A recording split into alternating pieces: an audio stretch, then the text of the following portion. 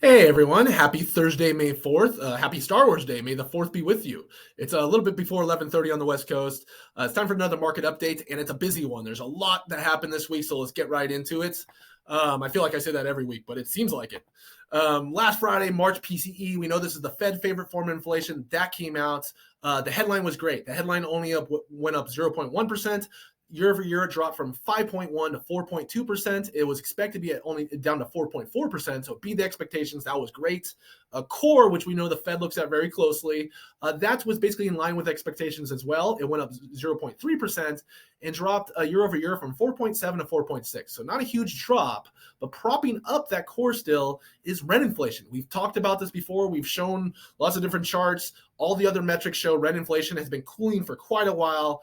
These inflation reports the Fed relies on, this old data is still showing it going up month over month. So, we got to hope for that data to turn around, and we'll get into that in a little bit about CPI, but that's the expectation. Eventually that numbers will change because they're old, and eventually it'll update.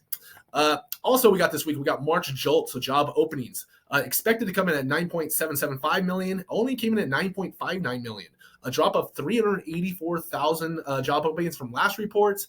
And also it showed 1.8 million layoffs and discharges, which is a 27th-month high, led by construction and small businesses. And we know small businesses are the first ones that get hit when recessionary stuff kicks in. So that's something to keep an eye on. Also, we got this week April ADP. So this is private sector job creations. And this was expected to come at about 150,000. It came out at 296,000. So big number. First, when I saw this in the morning, I was worried because, we know the Fed's looking at employment. This is a big number. The bond market's going to freak out. But within this report, it also showed wage inflation. So basically the how much people's wages are going up, modifying, coming down a little bit. And we know the Fed is also concerned about that. So with that news, it actually was a positive. This actually affected the bond market positively and therefore mortgage rates. Oh, before I go away from that one more thing on this. ADP, that showed the biggest creation as far as ADP was still leisure and hospitality. And like we talked about, leisure and hospitality going back to April 2019, right before the pandemic, they lost a bunch of jobs because of the pandemic. And ever since then, ever since the recovery, they've been bouncing back. And now they're actually a little bit above that point. So there really shouldn't be that much left in there to gain. So we'll see that we'll have to keep an eye on that in reports going forward, whether or not the leisure and hospitality basically is tapped out and there's no more job gains coming from that sector. Next thing we got today was initial job claims. Initial job claims is important. Fed's looking at this very closely on employment numbers. We'll get into that in a second with the BLS, but 1805 continuing claims, that dropped off a little bit. There was expected to be 240,000 new unemployment claims. It came out 242, so a tick above. The 4-week average is about 240. So it's elevated. It keeps going up. We're going to have to keep an eye on this because we know the Fed is paying very close attention because, they kind of want employment to go up. And like I said, we'll get into that in a second when we talk a little bit more about the BLS. Fed hike was yesterday. So as expected, it went up 1/4 point. And one way to look at this is, we know the Fed's going to have to cut eventually. Instead of just pausing, they hiked it more. So it's the equivalent of eating a huge, gigantic chocolate cake right before you go on a diet. You're digging yourself into a deeper hole that you're going to have to dig yourself out of. And the Fed's doing the same thing with these hikes. We know they're going to have to cut eventually. So hiking here seems a little ridiculous.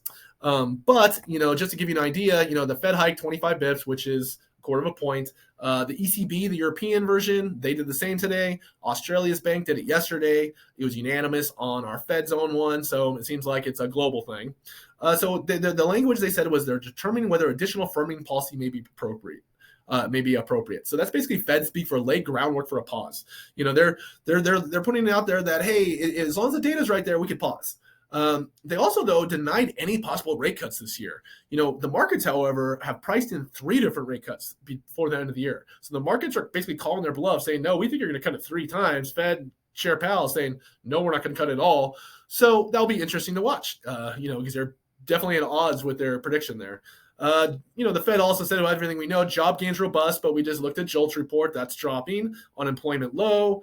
BLS coming up tomorrow. We'll talk about that, but that's going up a little bit. And then the funniest thing they said in here was the U.S. banking system is strong and resilient. We've seen some bank failures and takeovers. As soon as they hiked this by 1/4 point, regional bank stocks took a big hit. Stock market's down again today.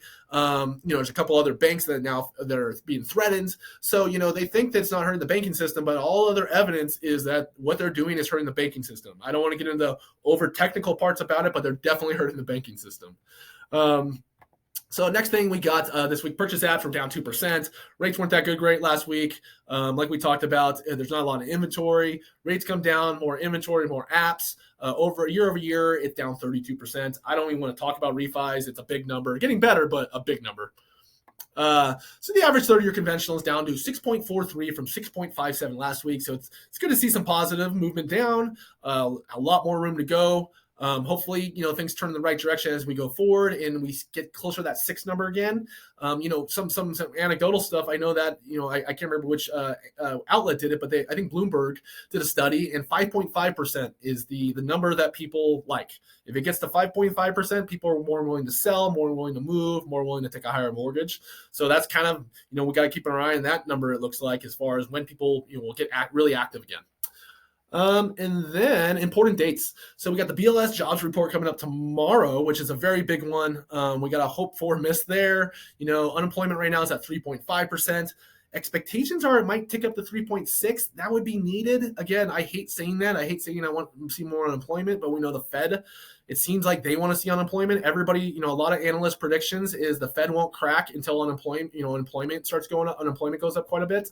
So don't want to root for it, but it might be needed for that to start to tick up.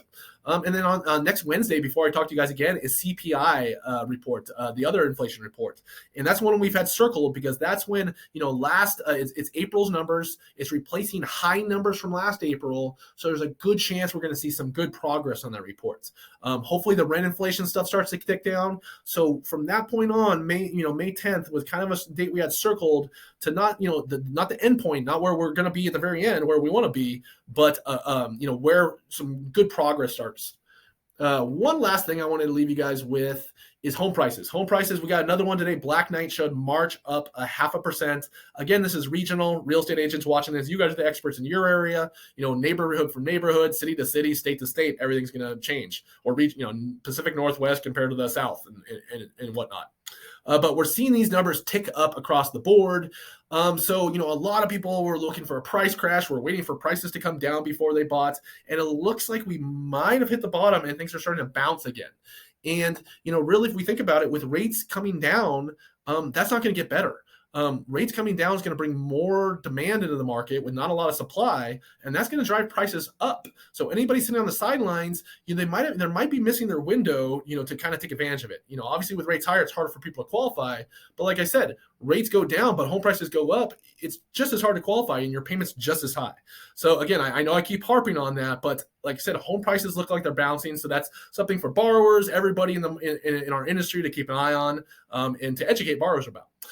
So if anybody needs anything at all, please don't hesitate to reach out. There's a lot to cover this week. Thank you for staying with me, and have a great day, everybody.